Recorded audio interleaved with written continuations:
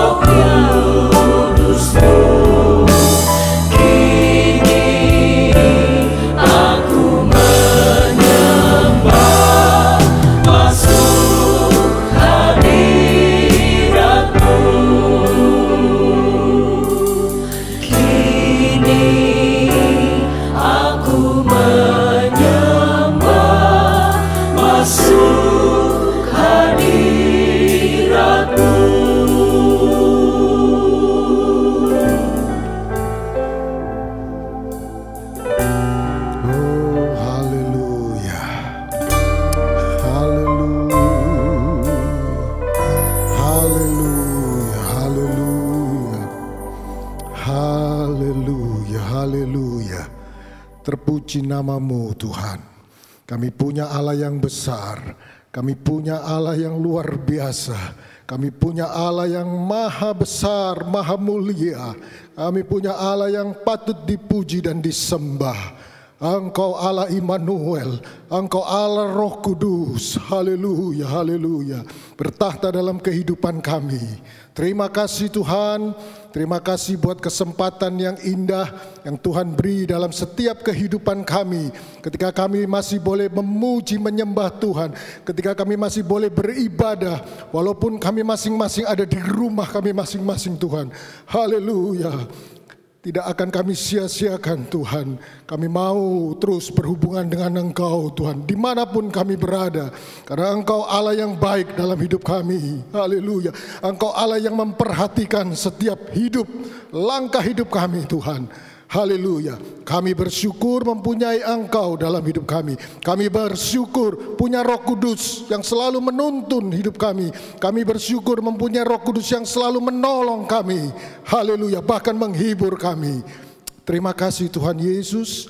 Pada saat ini Tuhan, kami akan beribadah lagi kepada Tuhan di dalam acara ibadah ketuangan Roh Kudus Tuhan. Haleluya. Engkau hadirlah dalam pribadi kami masing-masing di ibadah ini Tuhan. Kami mau memuji, menyembah Tuhan, meninggikan nama-Mu Tuhan Yesus. Urapi kami semua Tuhan, dimanapun kami berada. Urapi dengan kuat kuasa Roh Kudus-Mu, sehingga ibadah ini menjadi ibadah yang diberkati Tuhan.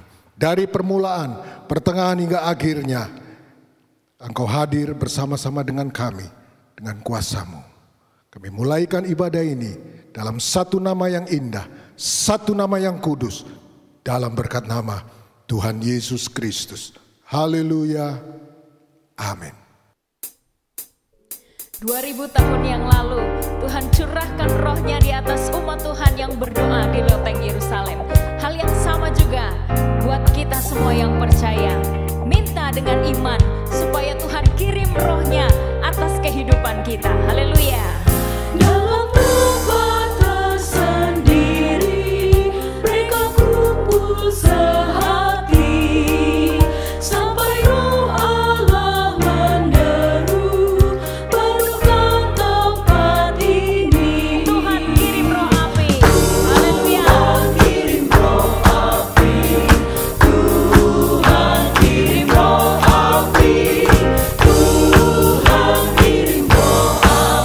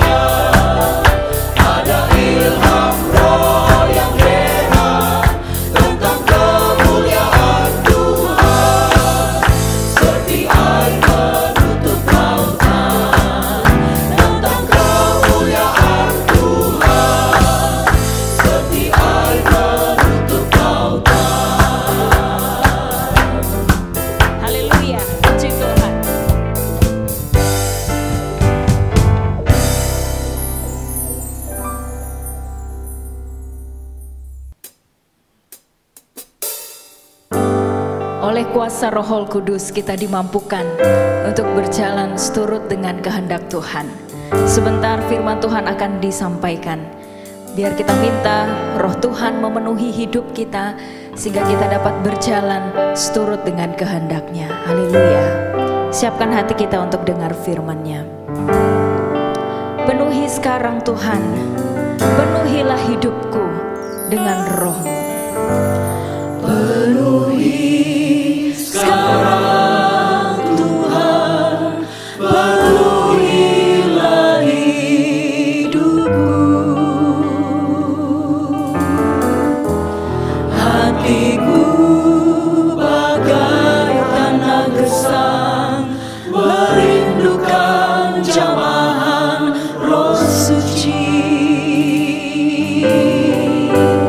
Hidupku sebagai bejana, ku bawa ke sungai-Mu Tuhan.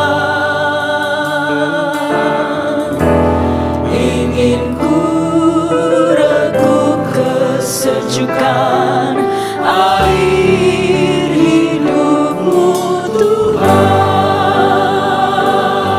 Penuhi aku sekarang Tuhan dengan kerinduan umat-umat-Mu. Haleluya. Hanya Engkau yang kami rindukan saat ini, memenuhi hidup kami. Haleluya.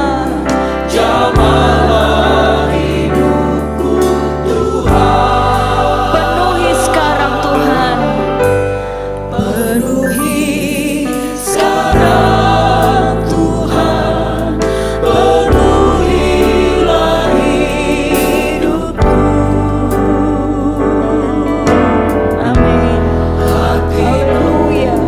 bagai tanah gersang, Menyegarkan merindukan jiwa jamahan kami. Roh Suci. Haleluya. Hidupku sebagai bejana, ku bawa ke sungai-Mu Tuhan. Ingin ku reguk kesejukan air hidup-Mu Tuhan. Penuhi aku sekarang. Amin. Haleluya. Penuhilah hidupku. Hanya Engkau yang ku rindu, jamahlah hidupku Tuhan.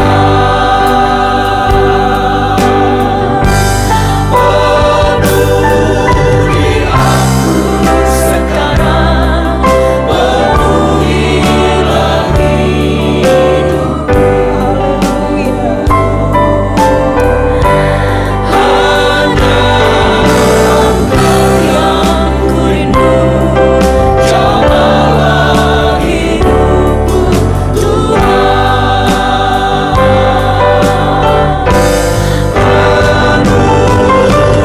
Penuhi aku sekarang, penuhilah hidupku. Hanya Engkau yang ku rindu, jamahlah hidupku Tuhan.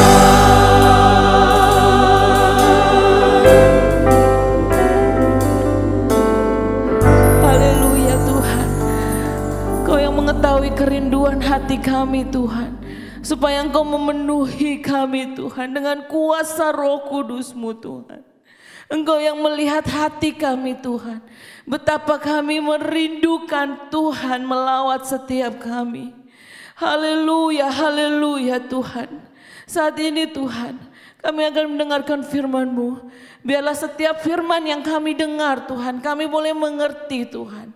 Dan terlebih lagi Tuhan, kami boleh Tuhan mengalami kuasa Roh Kudus yang mengalir dimanapun kami berada Tuhan. Bekerjalah ya Roh Kudus, nyatakanlah kehadiran-Mu bagi setiap kami Tuhan. Haleluya, haleluya Tuhan. Terima kasih Bapa, beracalah terus Tuhan lewat firman-Mu Tuhan. Biarlah kuasa Tuhan ada juga lewat hamba Tuhan yang akan memberitakan firman Tuhan. Terima kasih Bapa yang baik, terima kasih Tuhan. Kami bersyukur hanya di dalam nama Tuhan Yesus Kristus kami berdoa. Haleluya, haleluya. Amin.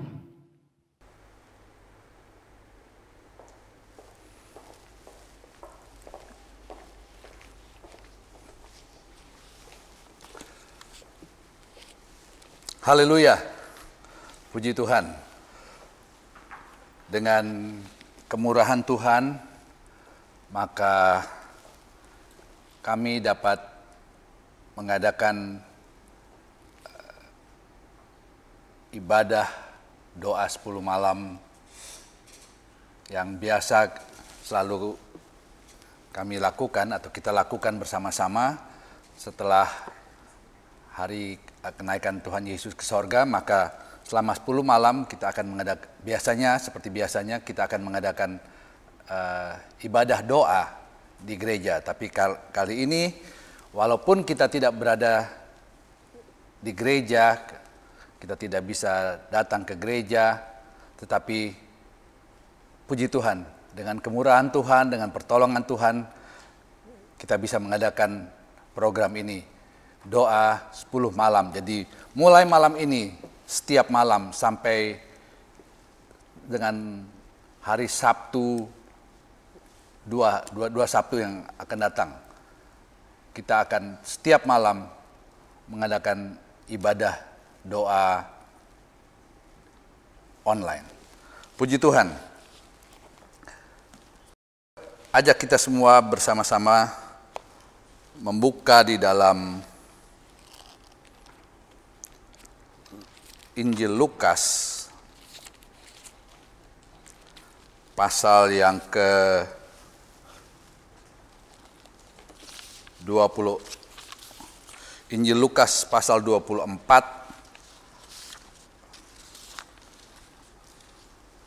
ayat yang ke-49. Injil Lukas pasal 24 ayat 49. Dan aku akan mengirim kepadamu apa yang dijanjikan Bapakku, tetapi kamu harus tinggal di dalam kota ini sampai kamu diperlengkapi dengan kekuasaan dari tempat tinggi.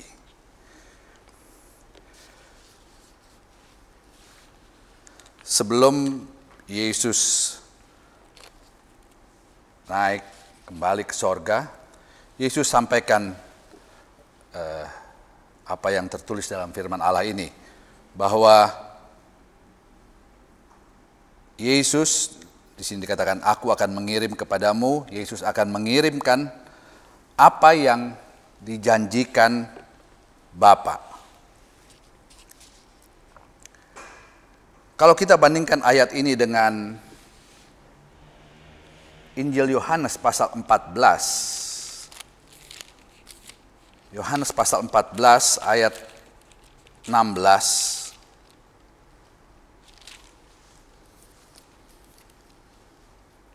Ayat ini berkata, aku akan minta kepada Bapa dan ia akan memberikan kepadamu seorang penolong yang lain supaya ia menyertai kamu selama-lamanya. Jadi Bapa menjanjikan sesuatu. Dan Yesus katakan, aku akan memberikan kepadamu penolong yang lain. Jadi kita bisa, kalau kita bandingkan kedua ayat ini, maka jelaslah bahwa penolong yang Yesus janjikan itu adalah apa yang Bapa janjikan. Itulah yang penolong yang dalam Lukas dikatakan memperlengkapi, penolong yang bertugas untuk memperlengkapi kita. Kata memperlengkapi dalam Lukas pasal 24 ini, kalau saya baca di dalam terjemahan bahasa Inggris dari Thompson Bible, memakai kata endued, yang berarti memperlengkapi atau mengenakan pakaian. Dan ada arti lain adalah mengandung arti menghadiahkan atau memberi. Berbicara mengenai pakaian, maka dalam Alkitab seringkali pakaian dihubungkan atau diartikan dengan kekudusan. Dan inilah yang Allah mau, supaya kita hidup kudus.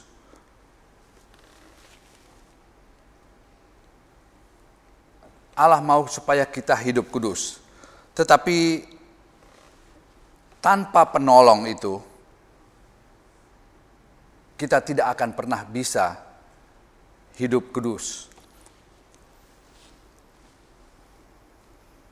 Kita sebagai orang-orang percaya, kita telah banyak mendengar firman Allah, dan dalam kehidupan sehari-hari kita selalu berusaha untuk bisa berbuat baik, menyenangkan hati Allah. Kita selalu berusaha untuk melakukan hal-hal yang baik dalam kehidupan kita. Tetapi selama kita masih berusaha dengan kemampuan kita sendiri untuk berbuat baik, maka kita tidak akan pernah bisa mencapai standar kekudusan daripada Allah. Allah mau kita hidup kudus, tetapi dengan usaha kita sendiri, kita tidak akan pernah bisa mencapai standar kekudusan daripada Allah. Karena itulah Allah menjanjikan penolong bagi kita. Di dalam suratan Rasul Paulus kepada jemaat di Roma, suratan Roma pasal 7, ayat 18 dan 19.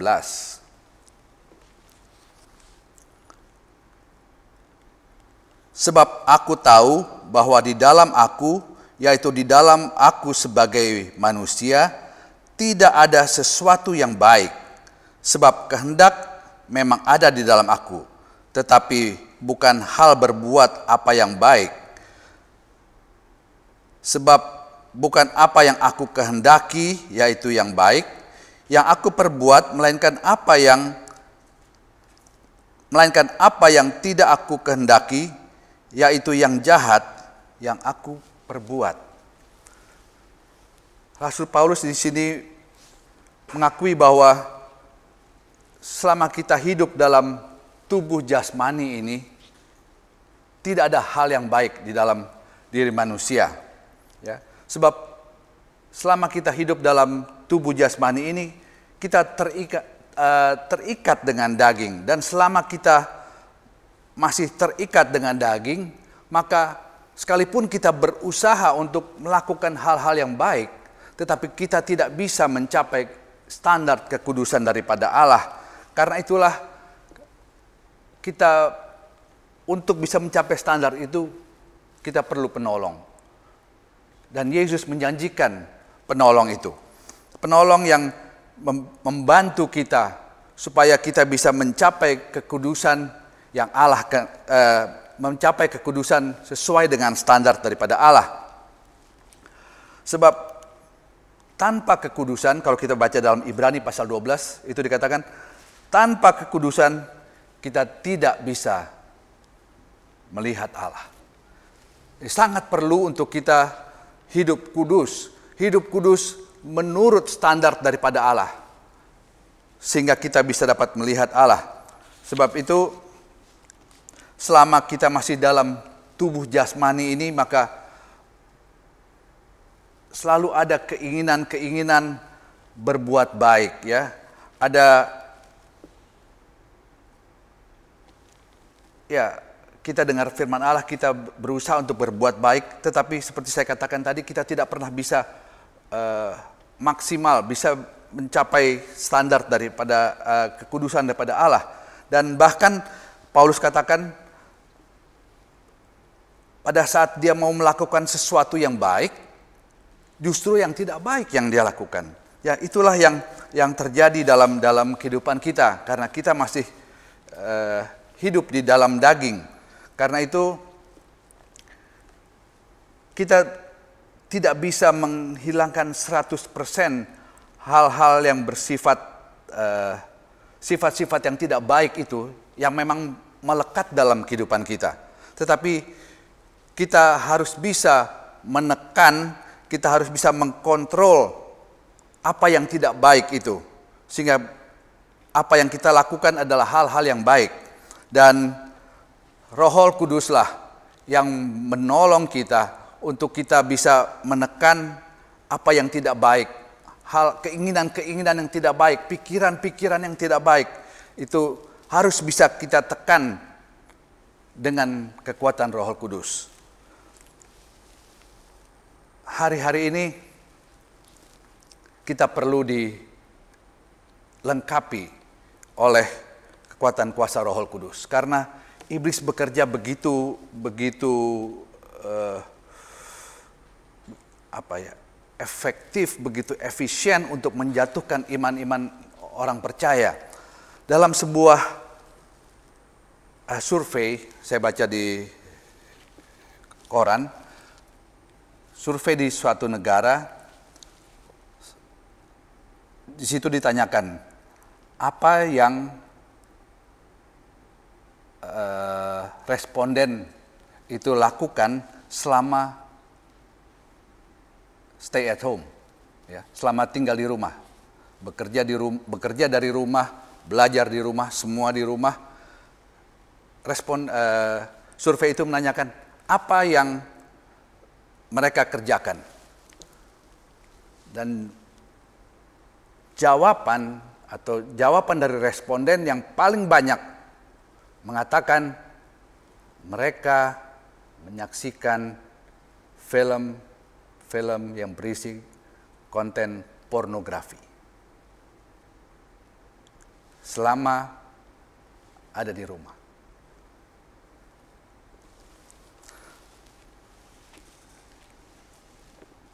Itu yang saya yakin itu juga adalah yang iblis kerjakan dalam hari-hari ini. Mau merusak pikiran kita, menjauhkan kita hidup dari Allah, menjadikan kita najis di hadapan Allah. Sedangkan apa yang Allah mau dari kehidupan kita adalah kita harus hidup kudus. Sementara iblis bekerja dengan begitu rupa untuk menjauhkan kita dari Allah. Sebab itu kita memerlukan, sebab itulah dalam ayat dalam Lukas tadi dikatakan penolong itu memperlengkapi kita, ya, memperlengkapi. Kalau seorang prajurit harus maju ke medan perang, maka atasannya atau negaranya tidak akan membiarkan dia maju perang tanpa diperlengkapi dengan senjata, dengan amunisi. Tentara itu atau prajurit harus diperlengkapi dengan senjata dan amunisi untuk menghadapi musuh. Dan hari-hari ini, iblis, musuh kita, bekerja begitu efektif, ya, untuk menjatuhkan iman-iman orang percaya. Dan kita memerlukan senjata untuk melawan musuh kita. Musuh kita bukanlah manusia darah daging, ya. Musuh kita adalah roh. Alkitab katakan musuh kita adalah roh-roh jahat di udara. iblis adalah musuh kita yang berusaha menjatuhkan kita, berusaha melemahkan iman percaya kita. Tapi puji Tuhan, Allah menjanjikan seorang penolong yang menguatkan kita, penolong yang memperlengkapi kita, sehingga kita memiliki senjata untuk menghadapi musuh. Alkitab katakan kita memerlukan ketopong keselamatan, ada shield yang kita perlukan untuk menghindari panah-panah api. Itu Alkitab katakan. Iblis bekerja dengan panah-panah api untuk merusak atau mengkacaukan pikiran kita,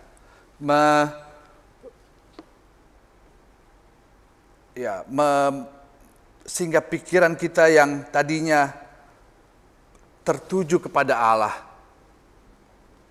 berusaha digoyahkan dengan daya tarik dunia, dengan bermacam-macam cara yang iblis lakukan. Ya, di hari-hari terakhir ini iblis berusaha menjatuhkan orang percaya dengan berbagai macam cara, dengan berbagai macam daya tarik dunia, dan juga iblis berusaha menjatuhkan dengan berbagai macam pengajaran yang menyesatkan. Sebab itu kita harus hati-hati untuk jangan sampai kita terpengaruh dengan daya tarik iblis ini. Ya, bukan hanya dengan daya tarik dunia, tapi Alkitab katakan bahwa akan ada penyesat-penyesat. Mereka akan mengajarkan pengajaran-pengajaran yang enak didengar, manis untuk didengar, membuaikan kita senang untuk mendengar. Tetapi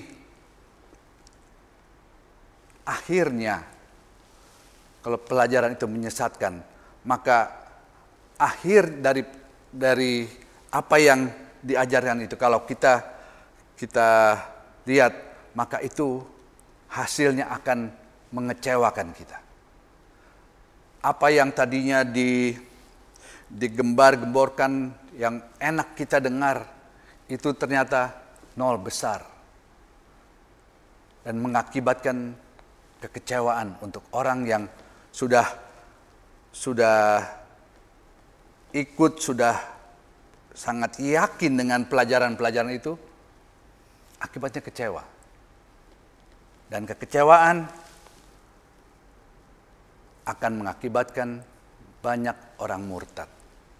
Alkitab tidak bisa salah bahwa di akhir zaman akan banyak orang murtad, banyak orang mundur. Mundur karena kecewa. Kecewa dari apa yang manis-manis yang mereka dengar, ternyata itu semua tidak benar. Kalau kita membaca dalam Matius 24 ayat 3 sampai 13, kita tidak usah membaca semua, tapi di sini dikatakan pada hari-hari akhir menjelang kedatangan Tuhan Yesus, maka akan ada masa yang sulit. Dan orang-orang percaya akan dibenci. Ini tentu hal yang tidak menyenangkan untuk kita. Untuk mereka yang sudah terbuai dengan pengajaran-pengajaran yang enak didengar, yang manis, tiba-tiba harus dihadapkan dengan kenyataan ini.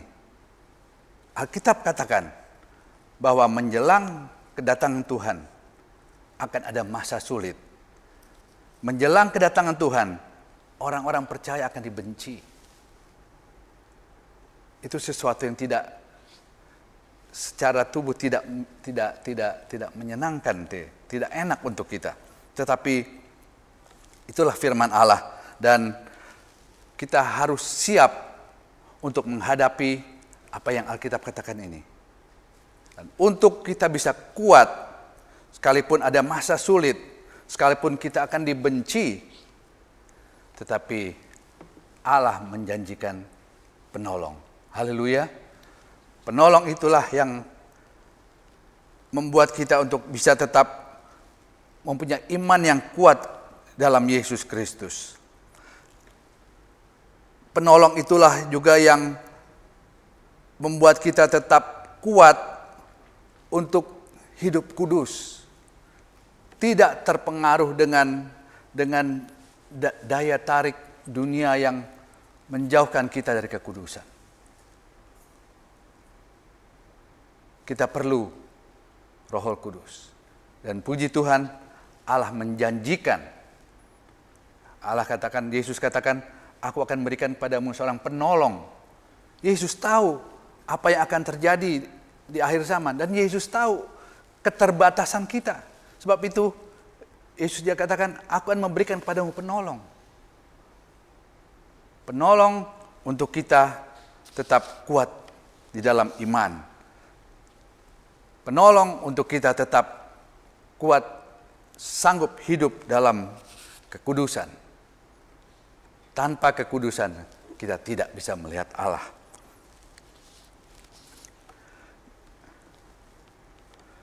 Sebab itu, dengan waktu yang ada,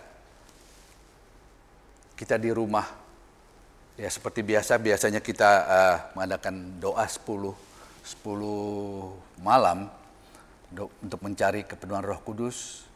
Dan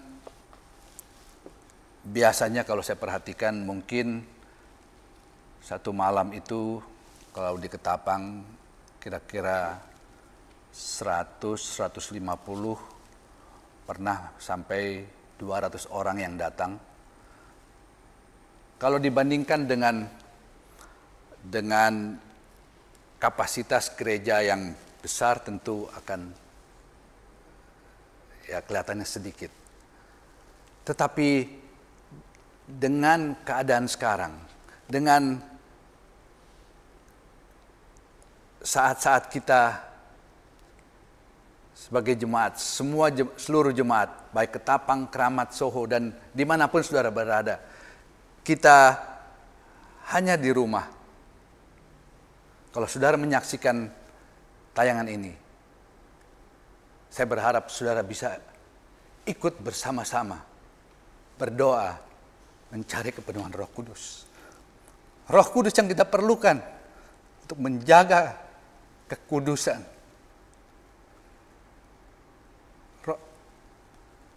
Roh Kudus yang perlu memberikan kepada kita kekuatan, karena hari-hari ini iblis bekerja dengan begitu rupa untuk menjatuhkan orang-orang percaya.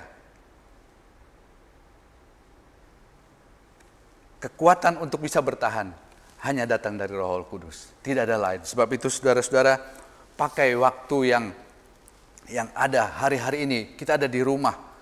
Kalau saudara menyaksikan tayangan ini, nanti kita akan mengambil waktu beberapa saat untuk berdoa.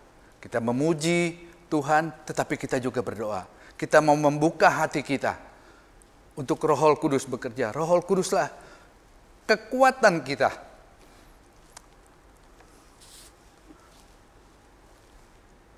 Dan Roh Kudus adalah suatu pemberian Allah yang terbaik bagi kita, supaya kita bisa melihat Allah. Haleluya.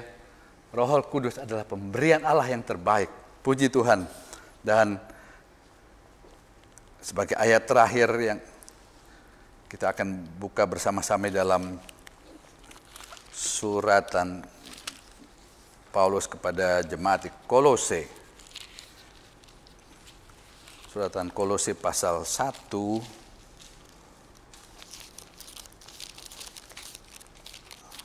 ayat yang ke-27. Kolose 1 ayat 27. Kepada mereka Allah mau memberitahukan betapa kaya dan mulianya rahasia itu di antara bangsa-bangsa lain, yaitu Kristus ada di tengah-tengah kamu. Kristus yang adalah pengharapan akan kemuliaan. Kristus adalah pengharapan yang dapat membawa kita mencapai kemuliaan. Siapa Kristus? Kristus adalah Roh Kudus. Roh Kudus adalah pengharapan kita yang dapat membawa kita mencapai kemuliaan. Kristus adalah Roh Kudus adalah juga yang dapat menolong kita untuk tetap hidup kudus menurut standar kekudusan Allah. Kita mencapai standar kekudusan Allah, kita mencapai kemuliaan hanya dengan kekuatan dari Roh Kudus. Sebab itu, buka hati saudara. Roh Kudus tahu keadaan kita. Roh Kudus tahu kebutuhan kita. Roh Kudus tahu kerinduan kita. Kalau kita memiliki kerinduan yang besar untuk dipenuhkan, maka Allah akan memenuhkan kita dengan Roh Kudus-Nya. Sebab itu, buka hati, milikilah kerinduan untuk dipenuhkan dengan Roh Kudus. Karena Roh Kuduslah kekuatan kita satu-satunya untuk kita mencapai masuk dalam kemuliaan. Haleluya. Puji Tuhan. Saya undang kita semua menyanyikan satu pujian. Curahkan Tuhanku hujan roh-Mu.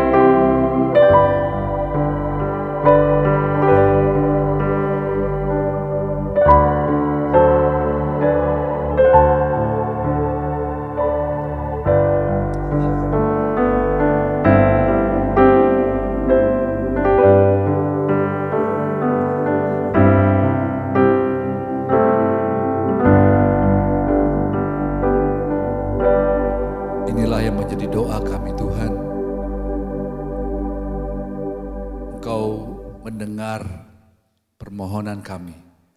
Engkau mengetahui keperluan kami, kebutuhan kami hari-hari ini adalah dipenuhkan dengan kuasa Roh Kudus. Tuhan, ada banyak hal-hal yang akan terjadi yang mungkin menakutkan, bahkan dapat membuat bahkan orang percaya pun mundur melihat apa yang akan terjadi di hari yang akan datang. Tetapi dengan kekuatan Roh Kudus kami akan memperoleh kekuatan Tuhan. Dengan sayap burung Nasar itu kami dapat terbang tinggi melewati segala pencobaan, segala angin ribut. Kekuatan datang hanya dari kuasa Roh Kudus. Penolong itu, penolong yang memampukan kami untuk hidup kudus di hadapan-Mu. Haleluya, haleluya. Terima kasih Tuhan. Terima kasih buat hadirat-Mu. Tuhan, biar dalam hari-hari ini masih ada 9 hari kemuka, kami akan setiap malam berdoa, minta kepenuhan Roh Kudus. Tuhan, Engkau melihat hati kami. Tuhan, kiranya kami mempersiapkan diri, kami mempersiapkan hati kami dalam hari-hari ini Tuhan. Juga pada saat kami berada di rumah, kami memanfaatkan waktu kami yang ada itu untuk berdoa. Supaya kami layak di hadapan-Mu. Kami memiliki hati yang bersih untuk Roh Kudus diam di dalam hati kami. Terima kasih Tuhan Yesus. Bekerjalah dalam hati kami, bekerjalah hari-hari ini dengan kuasa-Mu. Kami perlu kuasa-Mu Tuhan. Sekali lagi kami perlu kuasa-Mu. Kami perlu kekuatan Roh Kudus. Tanpa kekuatan Roh Kudus kami akan mudah jatuh. Kami akan mudah terseret pada daya tarik dunia ini. Tapi hanya dengan kekuatan Roh Kudus kami dapat bertahan. Kami dapat melewati angin ribut, badai, pencobaan yang berusaha menjatuhkan kami, berusaha untuk melemahkan iman kami. Hanya dengan kekuatan Roh Kudus saja kami bisa bertahan. Terima kasih Tuhan Yesus. Terima kasih buat waktu yang indah di mana kami dapat bersama-sama beribadah dan memuji Engkau dan berdoa. Tuhan, sekali lagi mau pakai waktu-waktu yang kami punya hari-hari ini untuk mencari kepenuhan Roh Kudus yang menjadi kekuatan untuk kehidupan rohani kami. Terima kasih Tuhan Yesus. Dalam nama Tuhan Yesus kami telah berdoa dan kami akan akhiri ibadah pada malam hari ini. Dalam nama Tuhan Yesus Kristus. Dan bersama-sama kita akan berkata, Amin.